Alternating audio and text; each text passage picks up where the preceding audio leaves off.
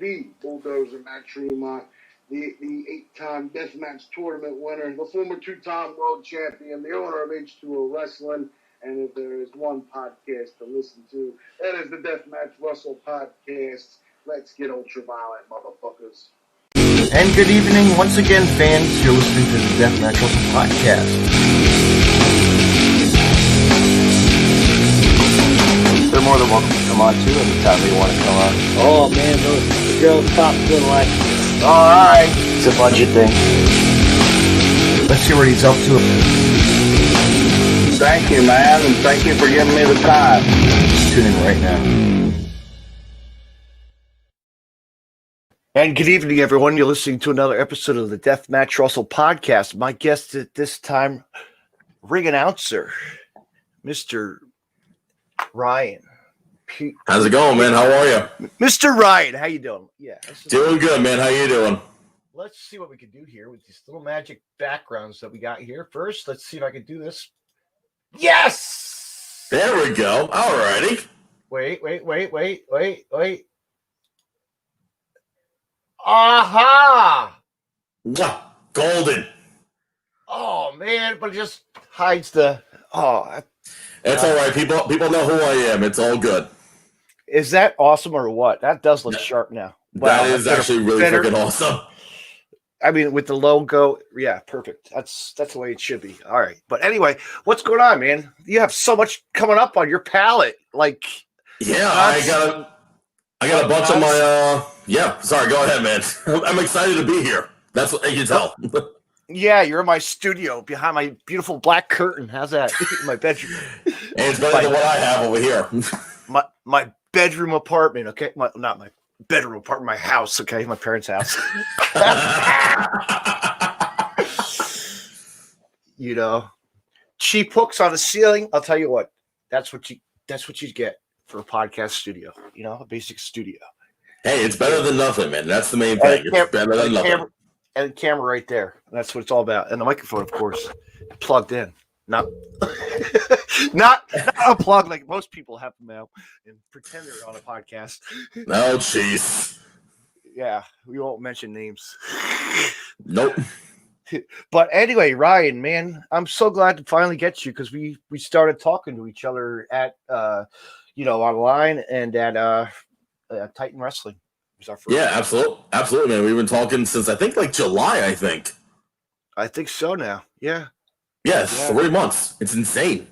I know. Now we become good friends, so that's what it's all about, you know? Absolutely, man. I'm a huge fan of the podcast, and I'm glad to be a guest on here, man. Yeah, and we know a lot of the same people in the wrestling business, so it's like, wow, you know, come on. Absolutely. You know, the circuit goes around, you know? But let's get into it, man. How did you get involved with Titan? So it was, I think, a week after they did the Drive-In Brawl in June, which, by the way, you guys can check it out on their brand new Mobfy TV channel, Titan Championship Wrestling. I need to check that out. I need to get logged in. Little cheap plug in there, I'll tell you that. So it was a week after they did the Drive-In Brawl, and Billy reached out to me, first of all, to see how I'm doing and everything, because 2 months prior to that, I actually lost my mother at a very young age, so I was like in a very deep, like dark, depressive state, and actually was thinking for a little bit to quote unquote hang up the suit and just walk away from announcing permanently because I was such like in a massive depressive state. But then Billy called me saying, you know, how I'm doing. He says, hey, by the way, are you free July 11th? I'm like, I wonder what's on July 11th. Just playing dumb, like, I think I'm free. Why? What's going on? Well, we have Titan. I want you to be co-announcing with David. I'm like, yeah, why not? Get myself out there. It was my first show working in 4 months, and I was just eager to get out. And at that point, it was like it just lit the fire in me to get back out there again. Yeah, because you know you have that kind of voice, and people like it, which is good. And well, thank you. I appreciate that. I mean, yeah, like and it's crystal clear, the microphones are nice and crisp, and, sometimes you get those mics that are really, how they are sometimes. Like, my gosh. I've had quite a few bad mics in my days. I'll tell you that. Really. Like, oh my god! I mean, it's just really like Actually, yeah. bad. And the thing was, it really wasn't the mic system; it was more the speaker system, which sucked. So that's mainly the issue. But luckily, Titan has top-notch quality when it comes to sound and absolutely. everything. They got the whole works, the real package deal to really show what the gear wise, and it's amazing. And it sounds quality of sound that we get through the speakers and to hear the voices and the people and the mics and the chants and this and that and crowd reactions and just everything, just a little bit of everything. That's what it is. yeah. I mean, the first time I'm sure when you got on the microphone, your very first show. Oh my god! Stage fright, Okay. Oh yes, and this was about 8.5 years ago. And I'll tell you what, I had stage fright here when I did my first podcast. When I was like, God, it was horrible. But I had the most. I remember my first show I did. It was with a company called ECPW, and they do shows in Jersey. But back then, they also did shows on Long Island where I live, and they did shows out in Shirley, which is about 45 minutes away from where I lived. Mm-hmm. And I was a nervous wreck. I hated doing the public speaking, especially in school. Reading. Say, okay, all right, Ryan, come up to the front of the class and read your reports in front of the class. I hated doing that, but it was like a quick instant of a moment where the promoter was a challenge. Yeah, it was a challenge. Oh my god, yeah. I mean, because you're curving your voice to something different, and like how DJs are and radios. How the people are on the radio, and you know what I mean. Like, well, it's funny that you mentioned that because 2 years prior to that, I went away to college, and they had a college internet radio station, so that's where I actually got my first step into attempting to be a DJ or announcer, whatever you want to call it. Mm-hmm. And back to 2 years later after that, my official first mic debut with internet radio. When the promoter told me, okay, we're ready to start the show and whatnot, and it was like everything just went away. The adrenaline kicked in, and I think I made a pretty good choice 8 years later. You did. I know. Now it's the future, and it's a lot more technology has changed, and as the microphones. Oh, of course. Everything is wireless, everything's digital, no or the pack on you. You have to wear that little micro lapel pack once in a while, Oh my god, yeah. I mean, or a couple of instances I had to use a bullhorn as a microphone. Oh no shit. Yeah. See, my podcast, we can use words, so it's uncensored. All right, I just wanted to make sure. That's all. But why do you think I got death in here? Come on. That is true. But no, the first time I actually had to use the megaphone by accident, and it was actually a fan's megaphone that he brought. He always brings it with him to shows, like a little mini one. And unfortunately, the microphone system, the mic died. And this was the main event, and I remember it too. It was my first time with this promotion called Five Borough Wrestling. The main event of that show was Brian Myers versus Tony Nese to be crowned their first champion. And as I'm doing the in-ring introduction, the mic just crapped out. And normally I would try to projectile my voice, but Tony Nese, and the video's on YouTube somewhere. Tony Nese hops out of the ring, leans over to the crowd, grabs the megaphone, saying, "Here, use this." And I'm like, okay, something new. Man. Oh, you'll have to send that to me. Oh, if you could. Oh, absolutely. I gotta find it. It was an interesting experience, but it worked out well. Mm-hmm. I was just watching Jersey All, or I was looking at. I just saw him tonight on what is it? Matt Sydal versus Eddie Kingston, and I'm looking back at Jersey All Pro. There's a video out there of them two wrestling at Jersey at a church wrestling event. I can't remember the name of the place in Jersey, but it was. I was just like, but like we had they had to use whatever they had to use, also. Oh, of course. And speaking of Eddie Kingston, let me just say I've known him for a long time. I'm really happy with where he is right now. That's like my That's like my personal thing because I've known Eddie for a long time. I think actually since the start of my career, and because one of the companies I still work with after all this time is Ace Pro Wrestling in Jersey. Yes, which is run by Mike Moore. Yeah, I've been a mainstay over there. Ace and Union, right up in Jersey City. It used to be in Union City, and then late 2011, unfortunately, they lost that arena in the building. Yeah, okay, but I started. I was there. I was there a couple shows. Okay, so you know what the building layout was, but unfortunately, they lost the building, so they moved it up to Wallington, New Jersey, at a Knights of Columbus, and I started going there as a fan beginning 2012, so I just missed the arena days. Wow. And then a year later, I debuted for them announcing-wise, and I've been their announcer ever since. So 7 years actually 6 years, because they haven't done the show since December of last year. But wow. There originally was supposed to be one in April, but unfortunately, you know what happened. Yeah, I'm talking about Eddie Kingston, like me as a fan. I saw him actually wrestle at the reverse of Game Changer when it was JCW. Oh, Jersey Championship Wrestling. Yeah, that's a vintage one with Ricky O. Yes, and he was the tag team champion. He was the tag team at the time with the other guy. Yeah, I remember. I know, with Low Key and all the other guys, they're wrestling too. My God. Wow. Yeah. That's going way back. That was Garfield. That was up in Garfield, New Jersey. Oh, wow. Yeah. It's on Smart Mark. Everything's on Smart Mark these days. Oh, of course. And there actually is a wrestler named Smart Mark Sterling, just saying. Yeah. But no, just to see his career boost now, and my God, he's doing good. Yeah. He deserves it, I'll tell you that. Mm-hmm. I mean, just after his no ring, no holds barred, my God, he can, just like, hey, he wanted something and he called him out. And then he shows up and puts on a banger of a match against Cody. So, yeah, a lot of people that we've seen recently, and actually, we're going to be seeing a tag team coming to Titan Wrestling actually for the Mount Olympus.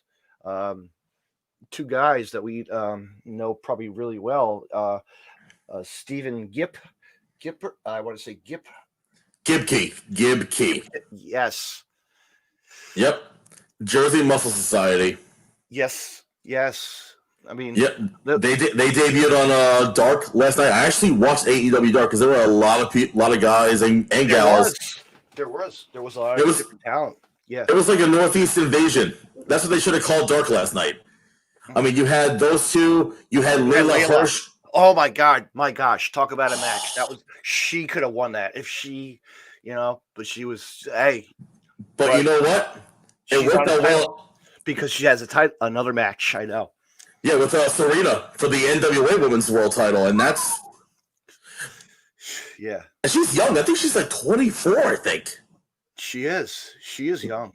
But not only were they on, but VSK was on there. Anthony Bowens, Max Caster. It was good.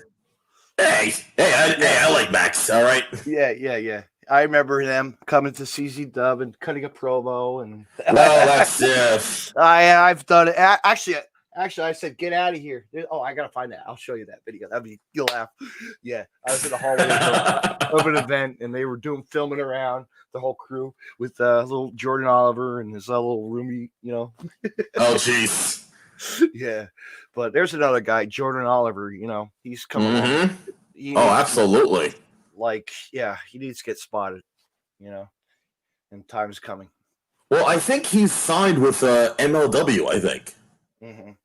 Yeah, MLW. Yeah, that's a big company to sign with, but a lot of people are quitting that company to go to other places. Yeah. But, no comment. No comment. I know, right? But getting back to talking about like microphones and radio, you were talking about how you in college you did some radio work, like you were saying you on the radio. Yeah, it was just basic, like, a regular DJ just playing music and whatnot. I've never done it before, and I love doing it. And somehow I transitioned that into ring announcing, And it's kind of like the same purpose, but the difference is the difference between being a radio DJ and a announcer, and you're in person. Yeah. Yeah. Like you can have, like thousands of people listening and tuning in, but the thing is, it's not the fear of having people in front of you. Whereas if you're announcing in front of thousands of people, that's the fear in front of you. But as time progressed, I've gotten more comfortable into doing the announcing. I've done a lot of shows in Brooklyn, Staten Island, Queens, the Bronx, Alaska. Oof. Alaska, just recently. Whew. We'll be plugging that. We'll plug that. Dan's, we're going to be plugging a lot of stuff tonight. So. Oh, absolutely! I cannot wait. But being a DJ, like, you ever thought about, like, hey, I want to try. I got Napster. I got all this stuff at home. I could have been a DJ on the side. Like, you know what? I did that for a little bit. I was a DJ. Okay, that's where the DJ Dave part came in. You ever see that? On my like nobody knows that. Like, I was a mess around DJ for parties. Just really. Yeah. And they're like, David, you should try to get yourself a job on the air, because I was like, oh yeah, let's get on the dance floor, make some noise, people. See, it's funny. I tried doing that at a wedding at a friend's sister of mine just recently, and it was interesting. I'll tell you that. Mm-hmm. Yeah, I got on the mic for a speech and I choked my sister's wedding. Done that. Even on karaoke too. Yeah. Oh God, karaoke! Forget about it. But that's better when I'm drunk. Yeah, but that's a different day. Isn't karaoke better when you're drunk either way? It is. It really is, because you can fuck up and don't have to worry about it. Exactly. And then other people who are more fucked up than you are just singing along, and they're making it even worse than what you're doing it. Yeah, and they're looking at the words on that big monitor. Okay. Yeah. This slide. Oh fuck! I fucked up now. Sing us a song of the Piano Man. That's it. Oh wait, I'm past that screen.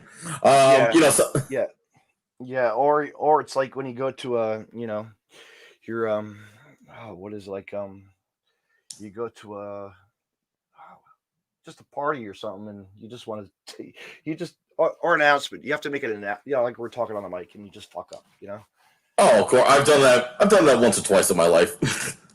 Mm-hmm.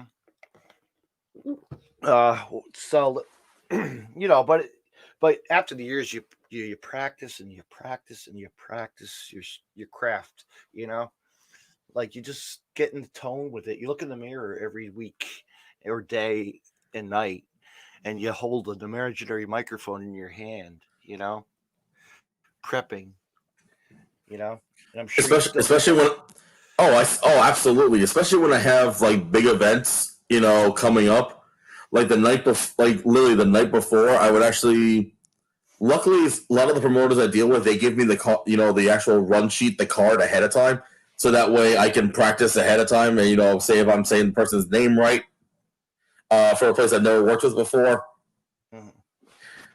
Like, for example, Stephen Gipke. It took me a little while to say his name, unlike some people who kept messing up his name on commentary.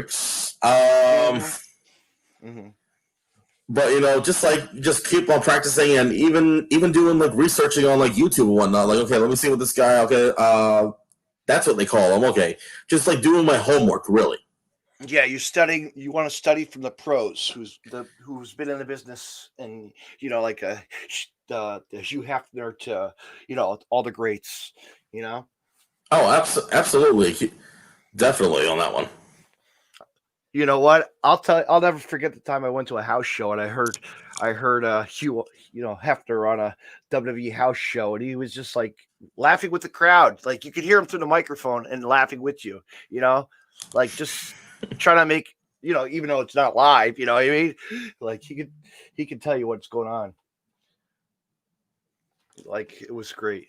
Like, but I'll never forget the time, growing up as a kid, going to WrestleMania 5 in Atlantic City, and I'm sitting way up in the nosebleeds with my dad, and you hear the thump of the ring, from way up there.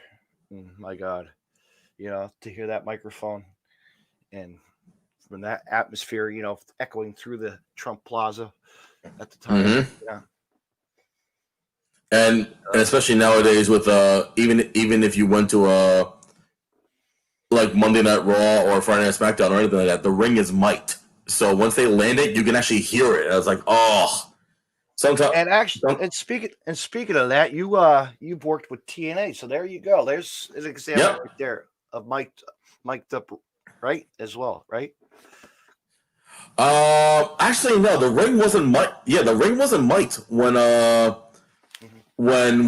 did Impact, because they did it at the Melrose Ballroom in Queens, and the building is small enough to begin with, and like it echoes. It does echo, so there's like no need for a microphone. I don't think TNA really did use microphones in their rings ever since I think they did shows in Orlando when they did the tapings. But no, that was definitely a great experience working with Impact, which is funny because a lot of the guys. I'll tell you what, that Melrose is a beautiful building. I've been there for ICW, and my God. Oh yeah, Melrose is beautiful. It really is. I mean, first time I saw Chad posted a picture of it. Chad Mines, of course. Shout out to him. Of course. But yeah, I was like, wow, this looks like really place could have some good shows, and it has. It really has. Once you get to the building, you go and you look around. It's like, oh wow, there's a massive LED screen on the stage. Mm-hmm. And actually, for wrestling, they actually had a ramp installed. Mm-hmm. Like they purposely made a ramp for from the stage and people walking. So I think the first show that ran in there was GCW when they did Joey Janela's Lost in New York. And I was there. Yes, I was there for that. Yes. Okay, so you remember there was like no ramp or whatnot. When they came from the stage, they had to hop off the stage and walk through the crowd. I think after that, that's when they started, building the ramp, because Impact was in there 2 months later. Then MLW was doing shows in there, and Impact was in there too. So I guess that really for wrestling, they decided to build a ramp to make it so much easier for the talent to make it to the ring, which I agree with. And the bars are beautifully placed in the back walls. Oh, perfect. Oh yeah, even like you don't have to go far for a drink. I'll tell you that. Exactly. And also the Melrose, they have an upper level too, which perfect place with the bar. Perfect place with the bar is right behind the soundboard. Yeah, you can't go wrong with that, But no, working with Impact was definitely a great experience. It was actually my first global television wrestling promotion I've ever worked with. Really? And and actually because of those, I was able to work.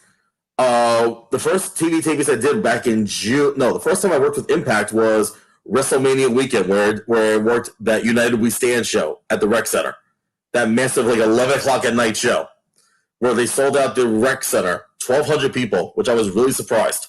The Rawway Rec Center. The Rawway Rec Center. Yep. Well, they've done a couple house shows out there. Actually, they've done two house shows, and they've done house shows at the Asbury Park at the convention hall.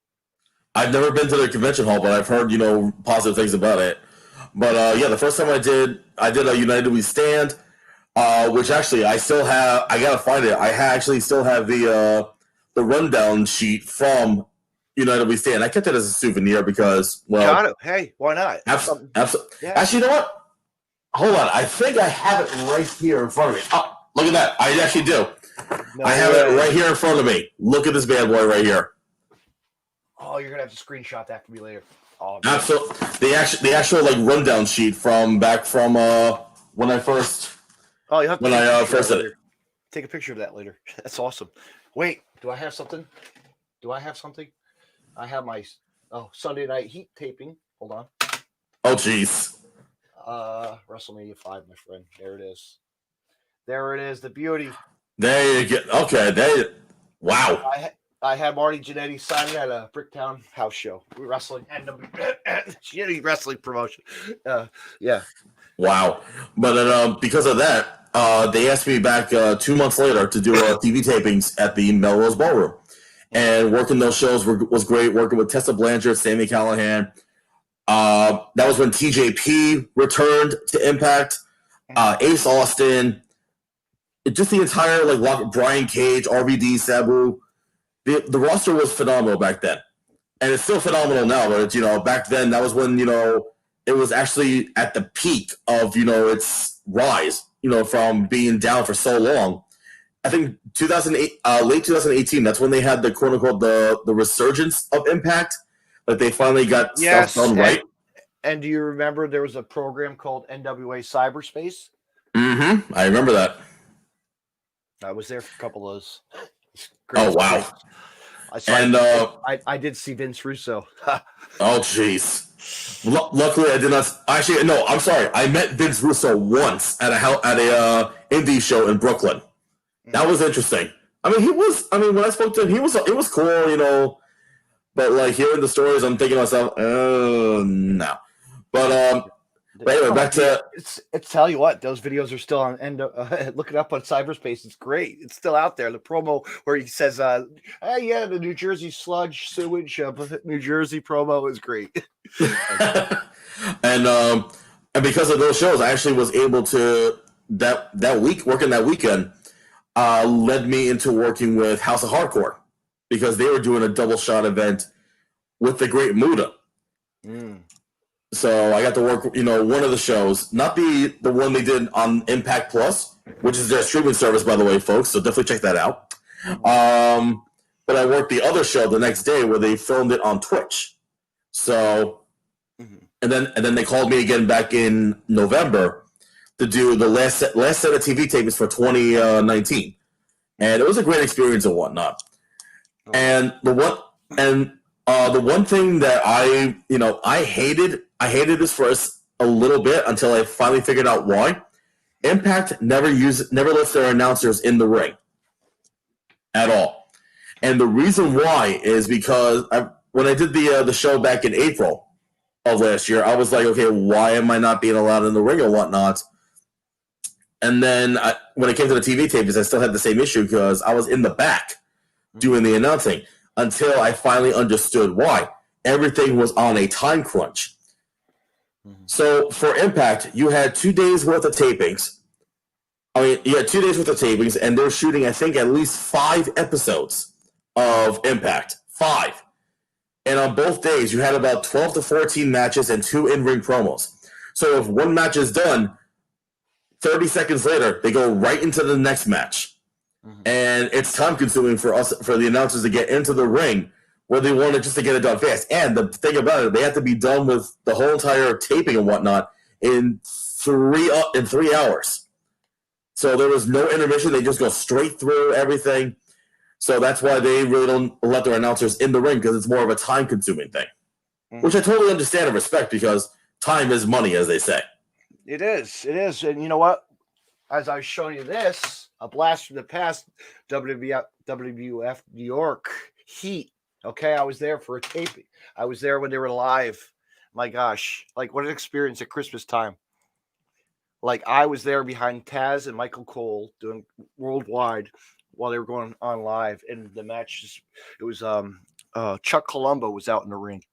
Oh, wow. But it was the lead up to it was the Stone Cold Booker T supermarket fight. Oh jeez. So I didn't realize as a fan, my sister got tickets or we were going to have dinner or like, hey, you want to be on TV? Okay. I'm like, I'm going to call my mom. Hey mom, can you tape this for me? I'm going to be on TV tonight. But my God, just to be, and me and Taz were having a blast, just cracking up jokes. Taz was like, "Who's the master of the figure 4 leg lock?" Ric Flair would go, "Woo!" Every time you'd behind the scenes, you're like, "Oh, this is great." But you could hear at the end of the video, like the promo and Stone Cold Steve Austin are in, they're at the checkout line.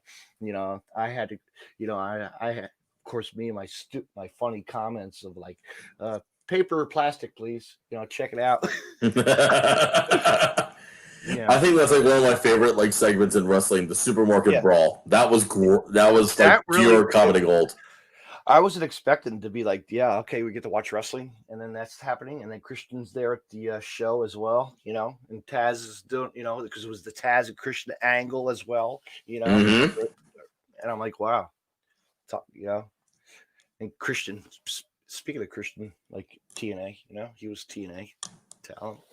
People don't really talk about that anymore, Oh no, absolutely not. Yeah, like he was, Wow, we're getting a lot of people tonight. But it looks like our 9 people in the room though. You seen these comments? I had not even paid attention. No, I don't see the comments on my end either, which is weird. Really? Because they're probably because they're blocked privately on my end. Ah. Oh boy. But yeah, so anyway, it's just our local fans and wrestling fans. It's who is this? It's Paul. Good old Paul making the jokes. Paul making the jokes. Paul the Unknown. I'm gonna. Oh jeez. Yes, I always call him the Paul the Unknown. That's his. If he was a wrestler, that's who you would be. But and a couple other people, friends that I know, Calabrese. Hey, how are you? But yeah, it's always good to check the comments, but I don't. That's a part. I like to not even bother because you can go back and talk and laugh at whoever wrote something anyway.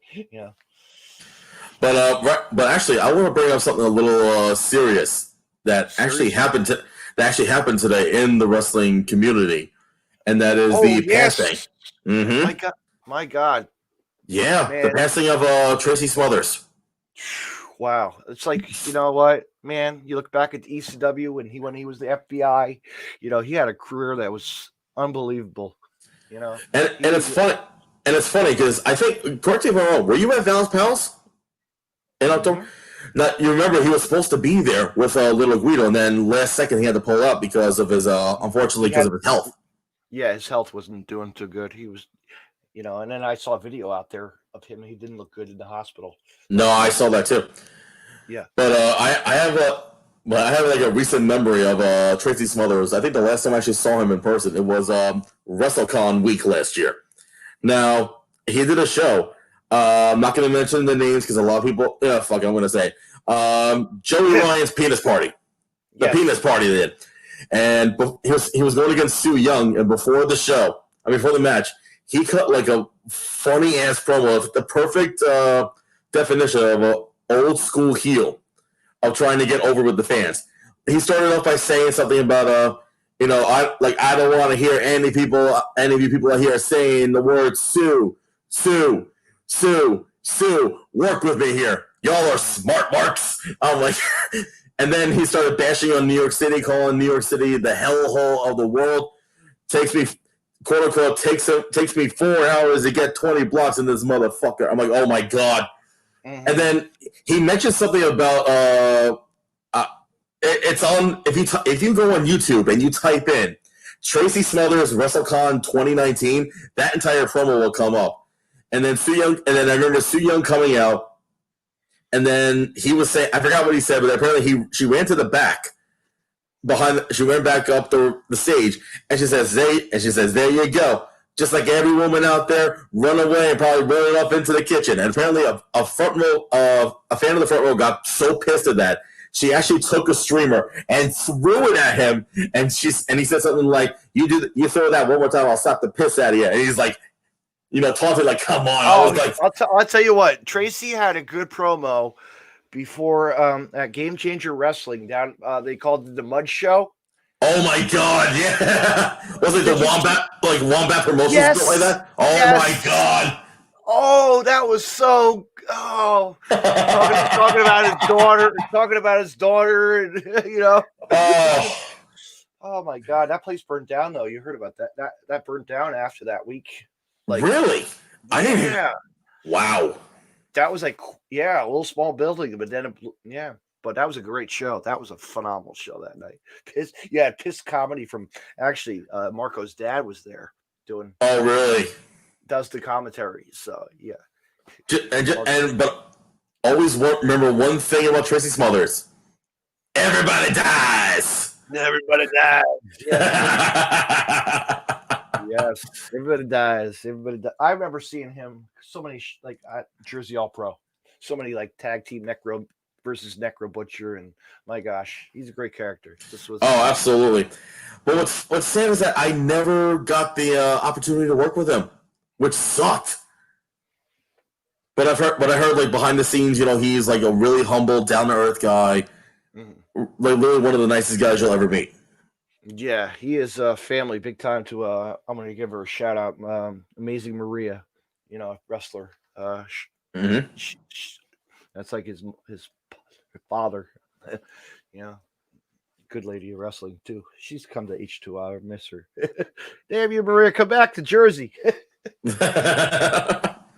But yeah, she's that name, Randy West. She's faced Randy West millions of times. Wow. Those two best friends, the business. Still strong. Who is this? We're getting Seth in the room. I don't know any of these people. That's good. See, I can see you. You can't. Technology. Yeah, technology is great, isn't it?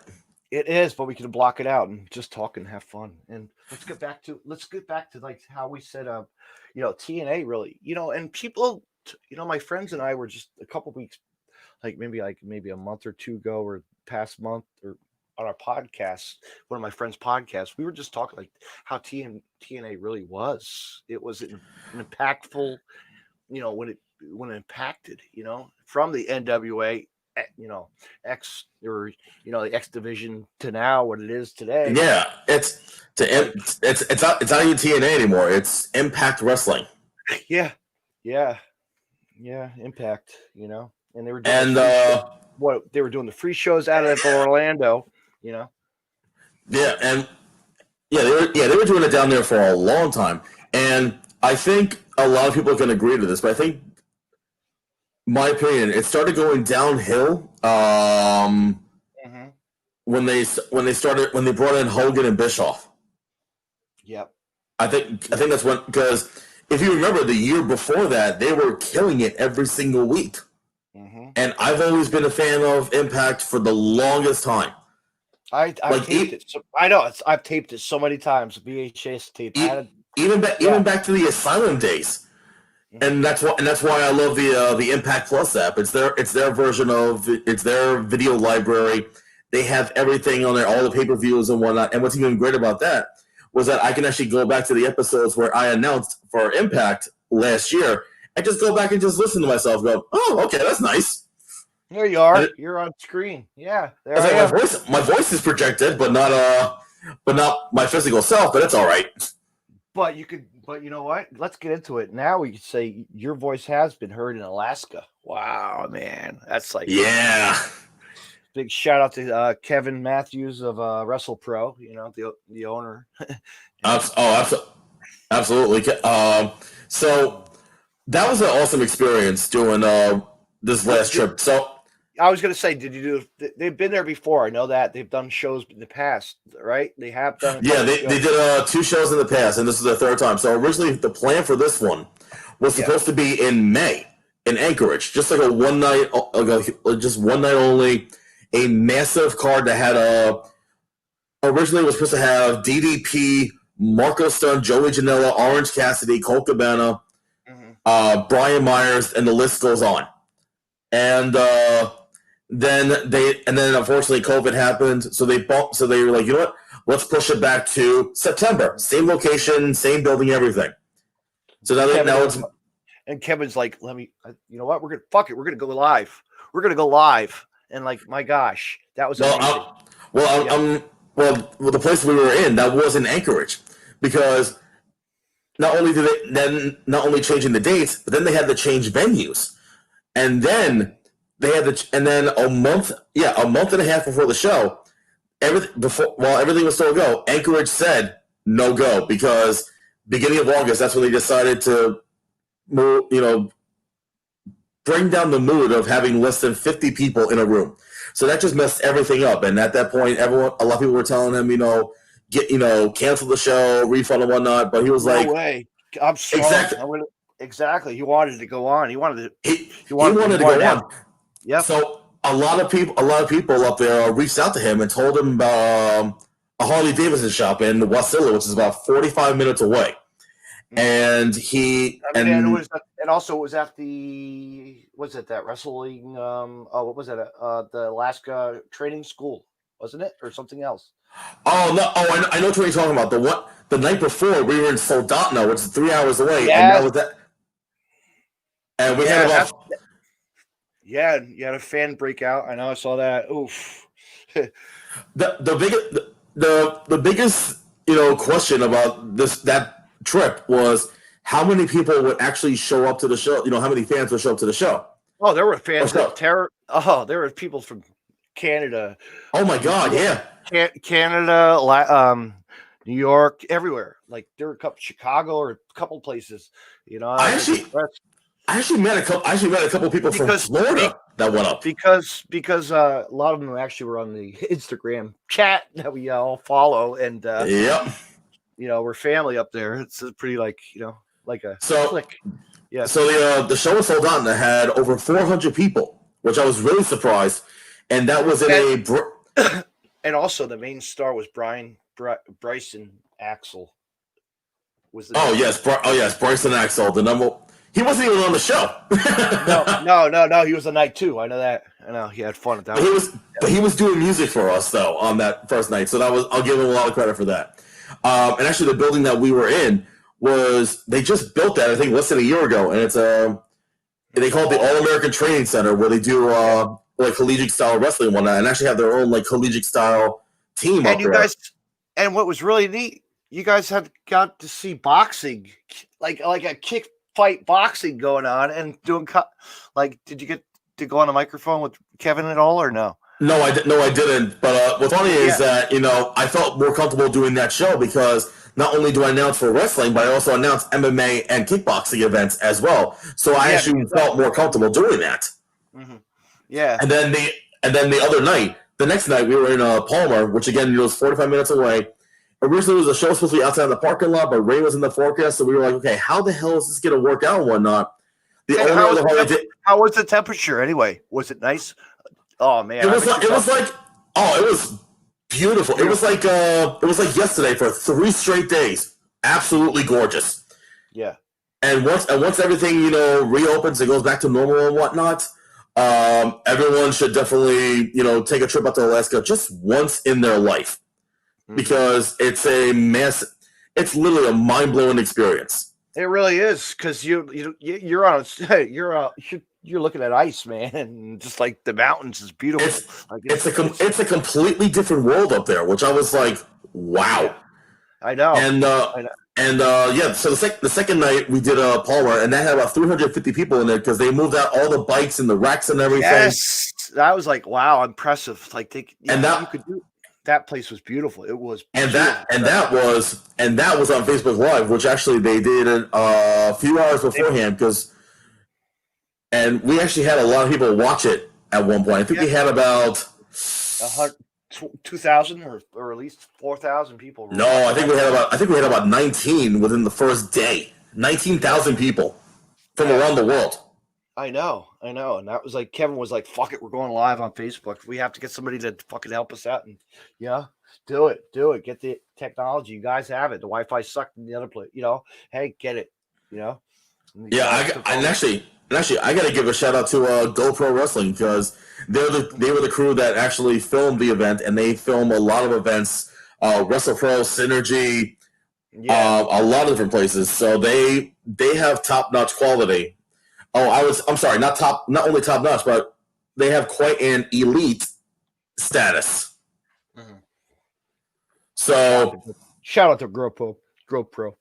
Absolutely, and just like that week alone was like, you had everything, man. You had Sean Donovan, you had Legursky, you had Wait, hold on. Legursky wasn't on the Alaska show. Oh no, Wrecking Ball was. No, Wrecking Ball didn't come with us to Alaska. That was Sean Donovan and LSG in a dog collar match. Okay. All right, my bad. No, it's all good. I'll get Wrecking Ball on you on the 14th. All right, thank you. No. Smash. Sorry. No, but the show was top notch, and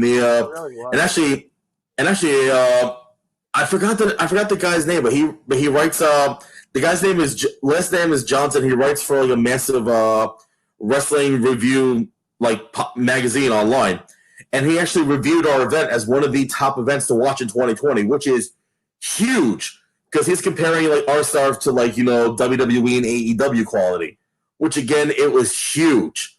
Never thought you'd see an indie show get like that caliber during these tough times. No. I was reading. Actually, I probably saw that online. It was really awesome. It was to see that. But yeah, no, that, and you had like a a debut of a manager come out to the ring. His name was Nasty Leroy, my friend. Oh my God! Shout out to Leroy. He's a ball buster. He's a ball buster. He's a great worker.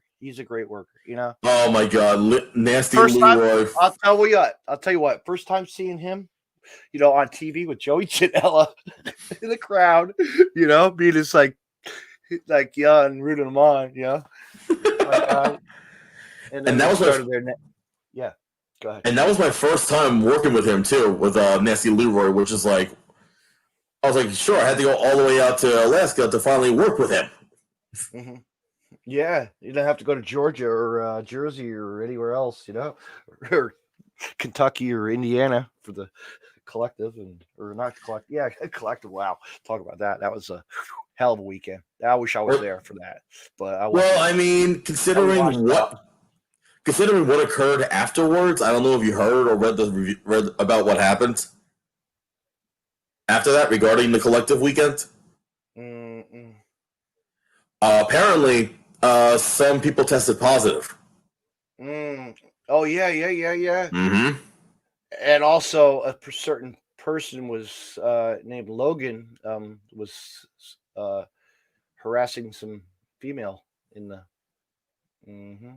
Oh, I didn't hear about that. So all I heard was about the few positive. Mm-hmm. The few positive. Let's say that he's not going to be around that much longer for wrestling. He ruined his career. I have no idea who it is. So anyway, moving on. I actually caught some of the action from the collective highlights online. Spring break. I think the match of the night on that one was Gresham and Moriarty. That was phenomenal. Bloodsport, Moxley and Dickinson killed it. Along with, I think it was Layla Hirsch and Josh Alexander. I know they went against each other on that. I don't know. Mm-hmm. What are you doing? I'm live. Flash the lights on me. Thank you. But yeah, go ahead. No, it's okay. No, I was saying I know one of the matches on the weekend. I forgot which show it was, but it had Layla Hirsch against Josh Alexander, which I forgot which show that was, but there was some good matches and good quality, and huge shout out to everyone that was a part of the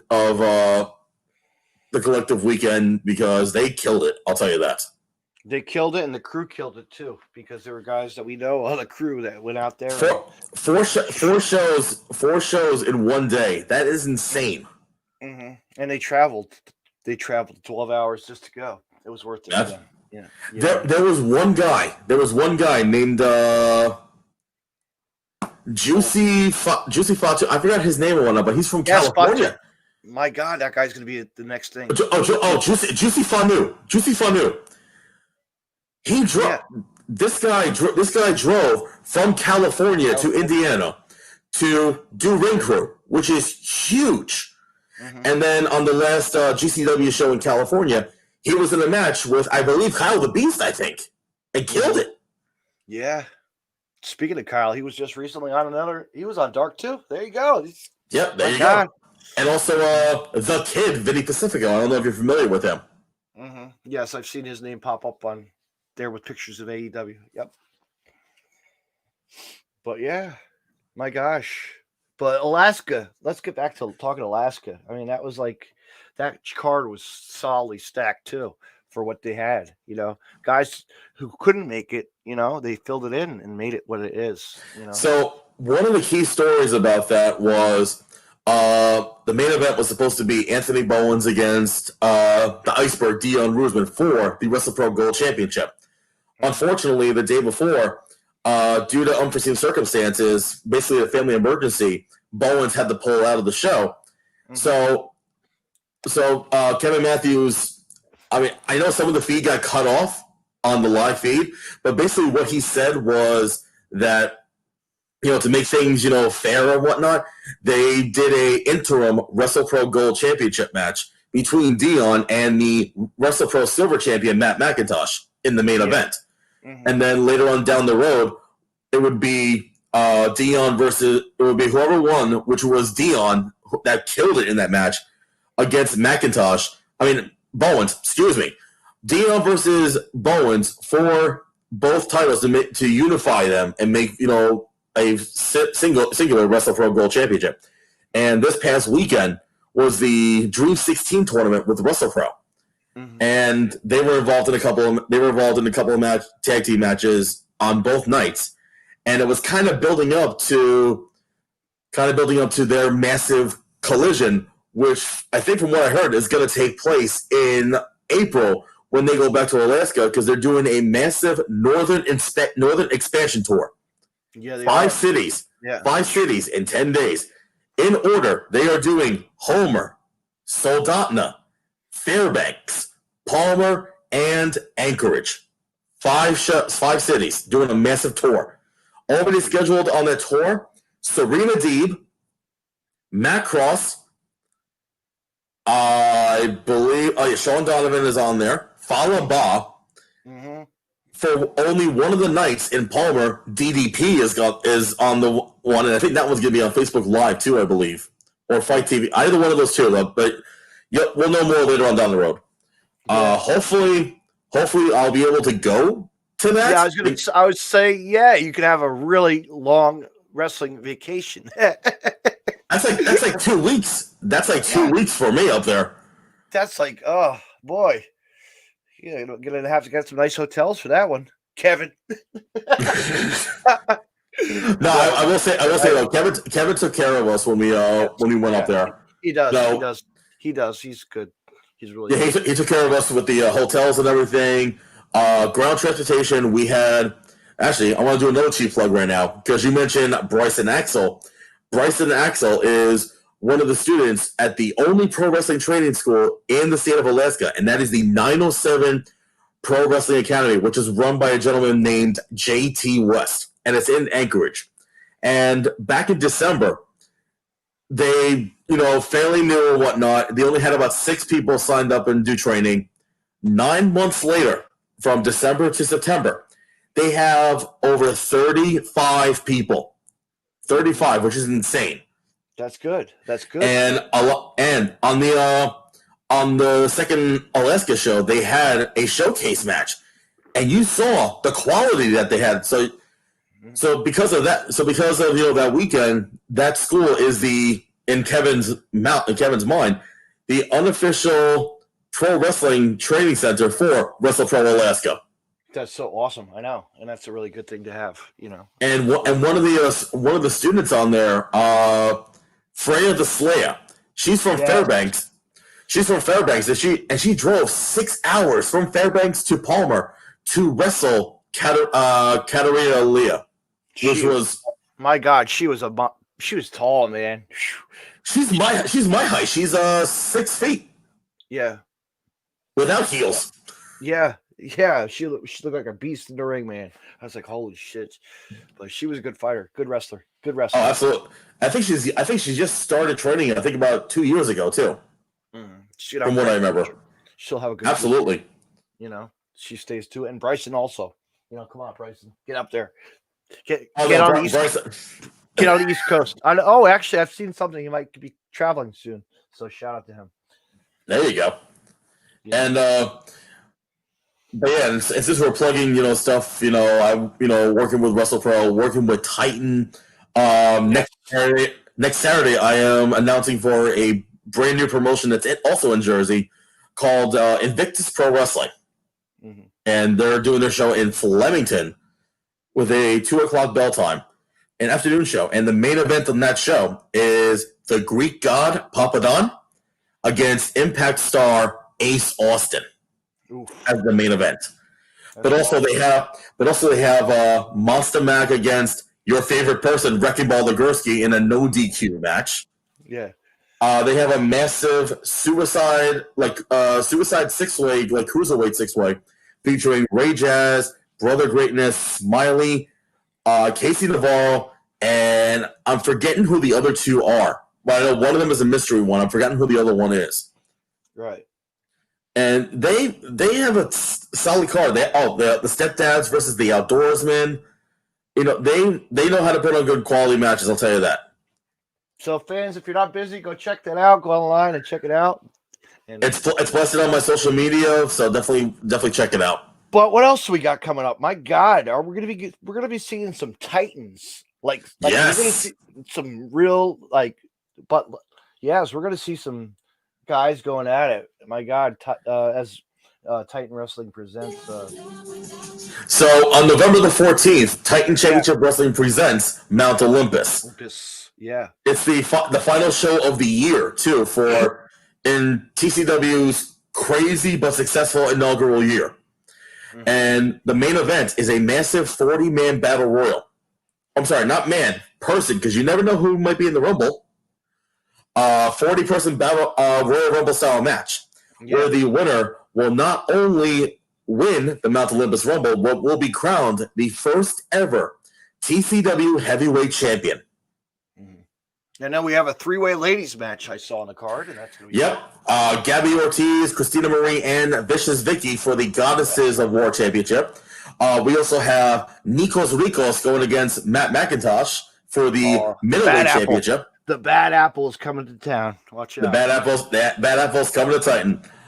Who else do we have? Oh, for the standalone wrestling heavyweight title, we have the current champion Sean Donovan going against the difference maker Ilya Baratz. Mm-hmm. And there's an on-point wrestling showcase match, and I believe there's a couple more matches announced. Yes, Yo-Yo. Yes, Yo-Yo. Yep.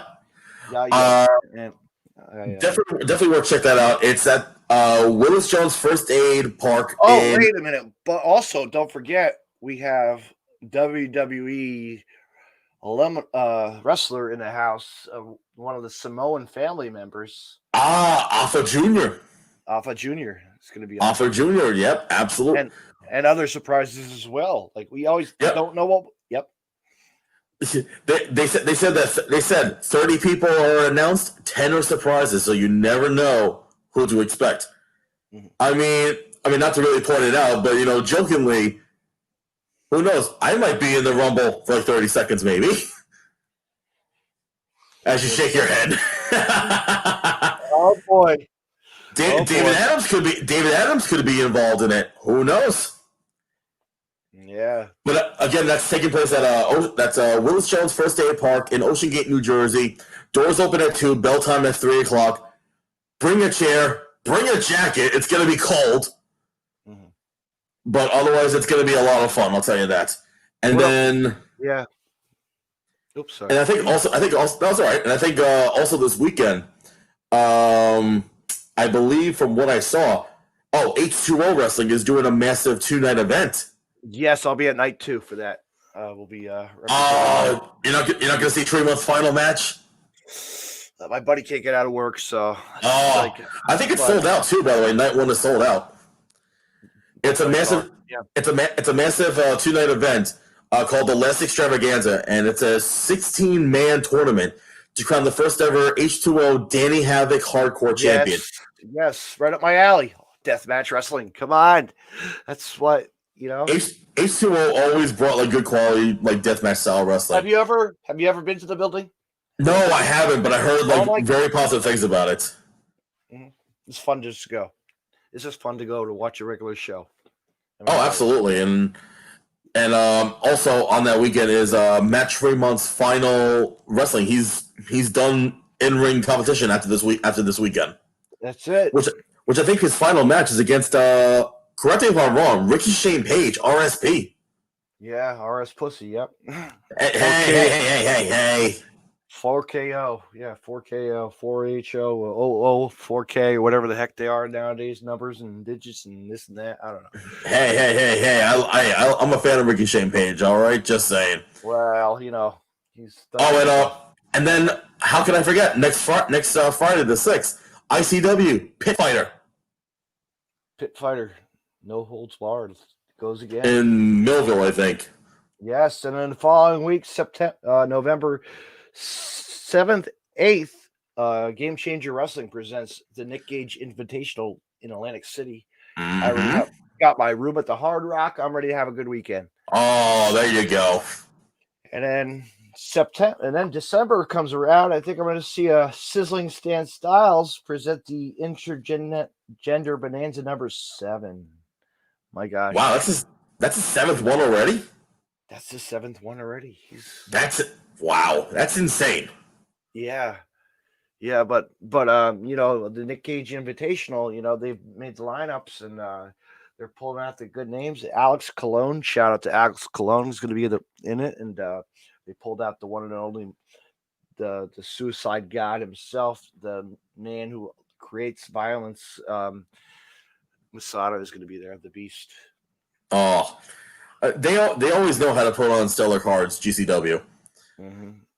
From top to bottom, and from there to Japan. My gosh, and across the world.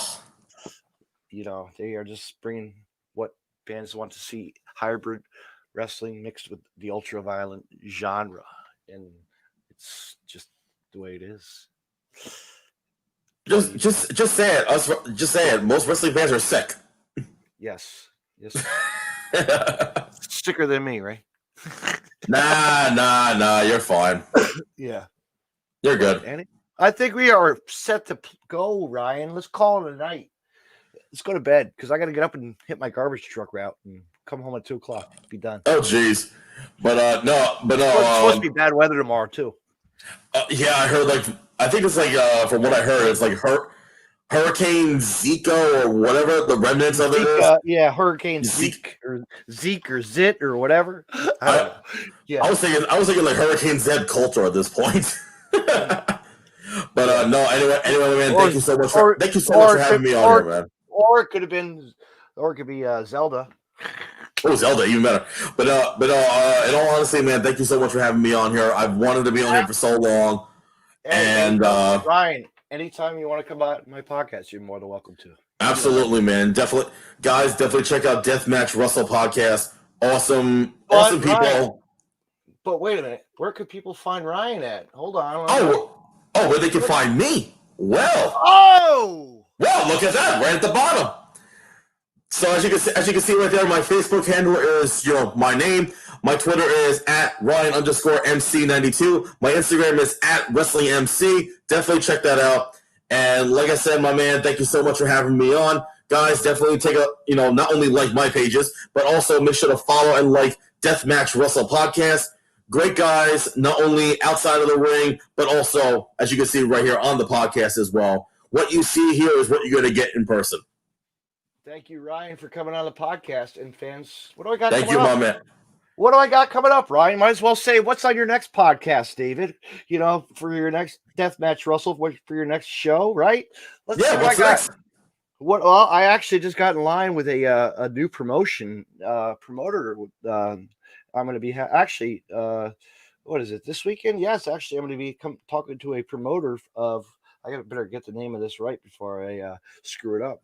But I'm going to get the owner of Great Lakes Wrestling is going to be making their debut for whatever state, but it's going to be great. I'm looking forward to talking to the owner, and he's just going to be getting into the business of it and starting a branch. And okay, you never know, you might get that call. So hey, you know where to find me.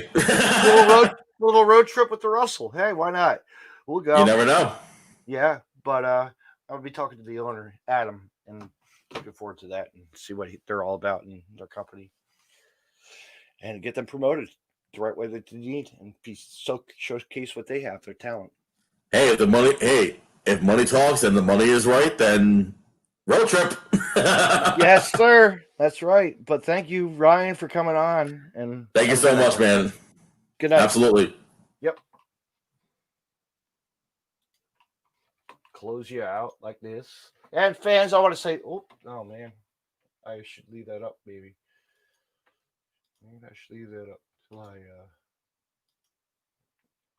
No, I guess I can't.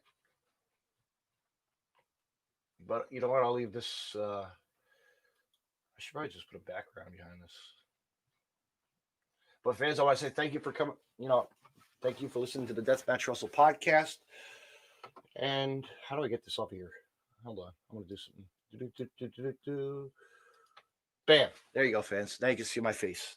No writing. But I want to say thank you to my guest, Ryan Ryan, for coming on. Great guy. He's an announcer for Titan Wrestling, Wrestle Pro, whole bunch of other wrestling federations as well. Get out to a show, support him, watch some live wrestling. While the time in the COVID is just, we're still in the COVID era, but you know what? We're still fans of wrestling. We support wrestling. So get out there and support it. Fans, thank you for listening to the Deathmatch Russell podcast. Have a good night, everyone. Until next time, tune in.